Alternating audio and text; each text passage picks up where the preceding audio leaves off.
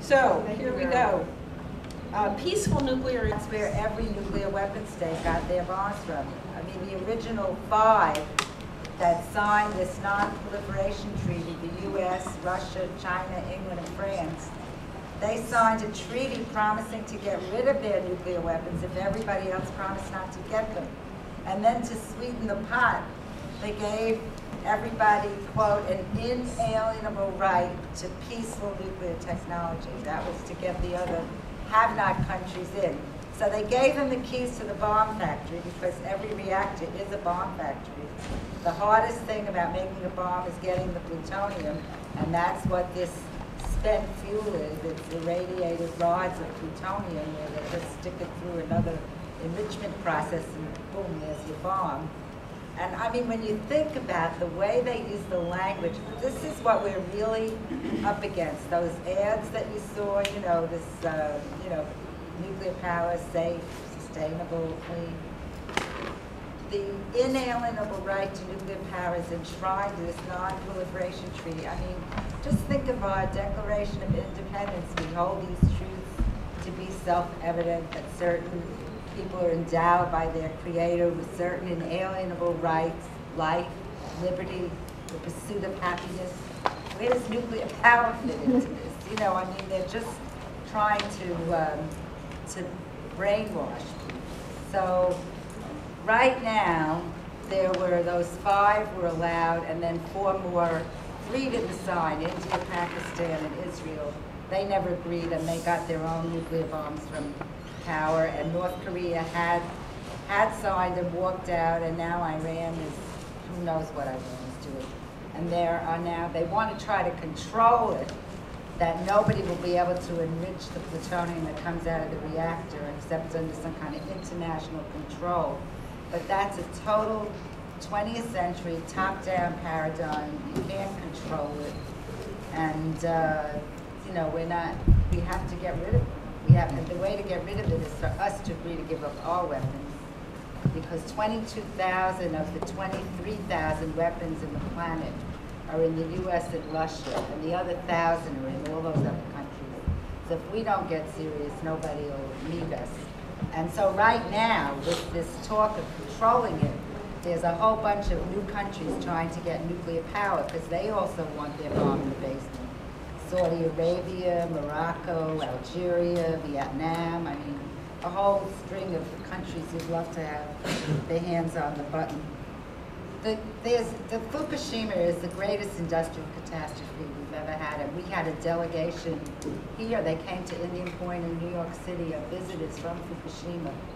There's like 300,000 children that they haven't evacuated living in that area. I think you said this, that our government told American citizens within a 50-mile radius to get out, but Japan only evacuated people in a 10-mile radius. Every day you read some new contamination. They did dodge a bullet, Michelle, when it went out to sea, but it's going all over the world. I mean, every now and then you read about lettuce in California or milk in Vermont or something in Europe. This stuff is in our genes, in our posterity forever. See, other than the radioactive iodine, which you can take a pill and avoid thyroid cancer, this other stuff leaches into the air, the water, the soil, and it goes into the gene pool. It goes into generational mutation. It's dreadful. And even if there was no Fukushima, even if Indian Point doesn't blow up, there's statistics now that you have higher levels of cancer in the 4 counties surrounding Indian Point. They try to say it's not good science. Well, maybe it's not, but in Germany they did a very good science study next to 3 nuclear power plants, and they found out higher levels of leukemia, mutations, cancer among the children living there, just from the everyday, ordinary, normal leaks that you read about all the time, the tritium in the water, the plutonium in the fish I've been reading about. So it's just got to go. And it's just being covered up. Here's one other thing.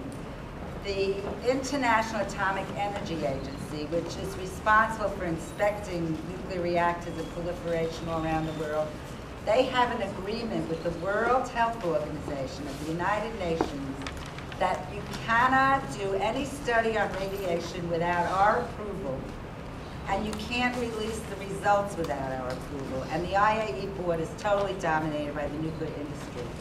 And that's why they only reported 50 deaths from Chernobyl, and I was at the UN when they announced this, and the audience gasped because it was such an obvious lie that only 50 people died, and this report that was issued by the Russian scientists in 2010 said close to 1 million people died from Chernobyl. Alice? Yes. Now, there is a cover-up about Fukushima because we have the Comprehensive Test Ban Treaty Organization, which is monitoring radiation all around the world. And they have reported where the plume is going in different countries. There are hot spots dropping in Vermont and California. They have all the data, but it's going to the IAEA, the WHO, and governments. So I'm with this lawyers group, Lawyers Committee for Nuclear Policy, and we're filing a FOIA request, Freedom of Information Act, to get our government to tell us where is the Fukushima radiation these days. And that's something that we might do as a campaign to demand the information. The EPA was monitoring radiation in the US after Fukushima, and they shut down the monitors. Because Fukushima is still exploding. It's like 3 reactors and 1 fuel pool, like the Indian Point fuel pool. So